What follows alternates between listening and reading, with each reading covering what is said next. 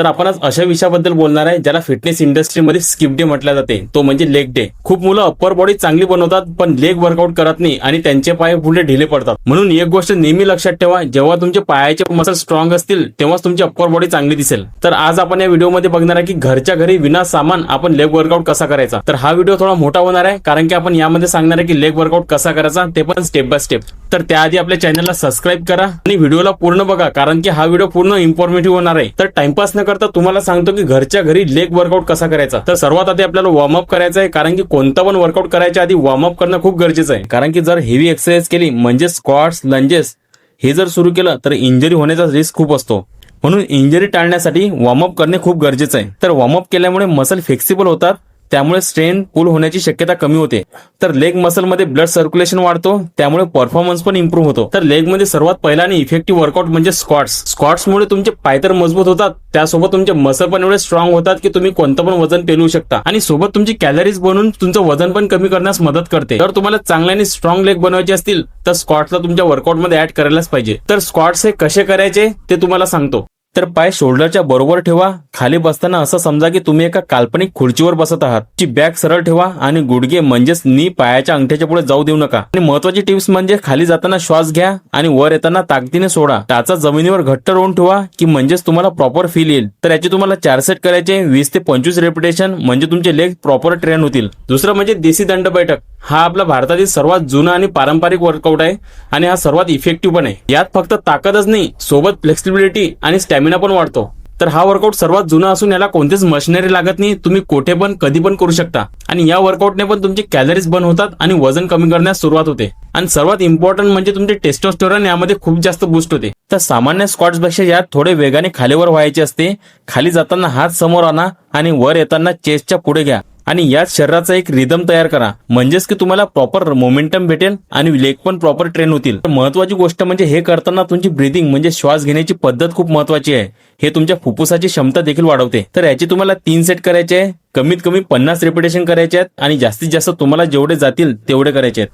तिसरं म्हणजे लंजेस, म्हणजे सिंगल लेग साठी हा प्रॉपर वर्कआउट आहे. यामुळे बॉडीचा बॅलन्स सुधारतो आणि पायाला पण चांगल्या प्रकारे आकार मिळतो आणि यामुळे तुमची फंक्शनल स्ट्रेंथ पण वाढते. म्हणजे रोजच्या कामात जे ताकद लागते ना ते यामुळे सुधारते. म्हणजेच की जास्तीत जास्त चालणे, पायऱ्या चढणे आणि रनिंग या वर्कआउटमुळे तुम्हाला यामध्ये सर्वात जास्त सुधारणा मिळेल. लंजेसमुळे तुमचे फॅट तर कमी होते, सोबत सोबत तुमचे लोअर ऍप्स आणि लव हँडल पण ट्रेन होतात. तर हा वर्कआउट कसा करायचा ते मी सांगतो. एक पाऊल पुढे टाका आणि मागचा गुडघा जमिनीच्या दिशेने खाली न्या.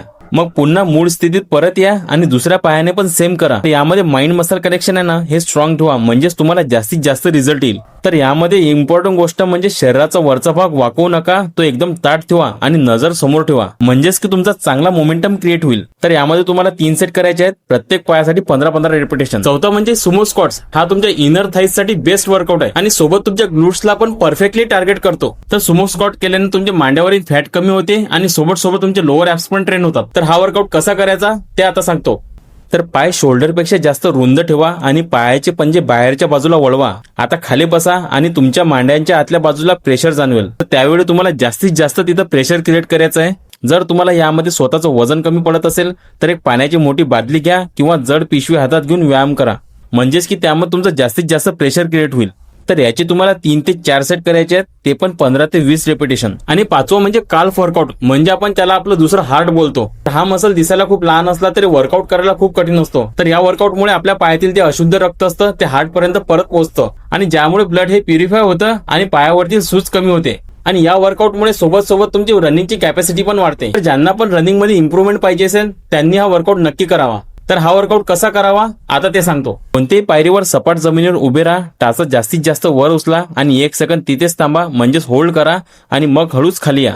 तर यामध्ये इम्पॉर्टंट म्हणजे काफ्सला खूप जास्त रेपची गरज असते. जोपर्यंत तुमचे पाय जळजळ होत नाही, बर्न होत नाही, तोपर्यंत थांबायचं नाही. तर यामध्ये तुम्हाला 4 सेट करायचे आहेत. रेपिटेशन तुम्हाला जास्तीत जास्त जेवढे रेपिटेशन करता येईल तेवढे करा, म्हणजेच की तुम्हाला चांगला रिझल्ट येईल. तर भावांनो, हा होता आपला आजचा लेग वर्कआउट. खूप जणांना वाटतं की त्यांचे पाय तर कपड्यात असतात, पॅन्ट घातलेली असते, पण लेग मारून काय फायदा. पण एक गोष्ट नेहमी लक्षात ठेवा, तुमचं चालण्यावरून तुमचं व्यक्तिमत्व ठरतं. आणि दुसरी गोष्ट म्हणजे लेग वर्कआउट मुळे तुमची अप्पर बॉडी पण ट्रेन होते. तर असं समजू नका की लेग वर्कआउट न केल्याने फरक पडणार नाही. तर लेग वर्कआउट हा इम्पॉर्टंट आहे आणि तो केलाच पाहिजे. उद्या सकाळी चालताना तुम्हाला प्रॉब्लेम होतील, पण तो प्रॉब्लेम नसून एक प्रकारची इम्प्रूव्हमेंट आहे. तर तो त्रास आहे ना, तो एन्जॉय करायला शिका. जर तुम्ही हा वर्कआउट वीक मध्ये एकदा किंवा दोनदा केला तर तुम्हाला समजेल की तुमची एनर्जी किती वाढली आहे. जर तुम्ही हा व्हिडिओ इथपर्यंत पाहिला तर याचा अर्थ की तुम्ही बॉडी बद्दल सिरियस आहात, तुमच्या फिटनेस बद्दल सिरियस आहात, तुमच्या फिटनेसची तुम्हाला काळजी आहे. तर हा व्हिडिओ तुमच्या मित्राला पाठवा जो लेग डे स्किप करतो, आणि कमेंट मध्ये नक्की सांगा की पुढचा वर्कआउट तुम्हाला कोणता पाहिजे. तर त्याआधी व्हिडिओला लाईक करा, कमेंट करा, शेअर करा आणि चॅनलला सबस्क्राईब नक्की करा.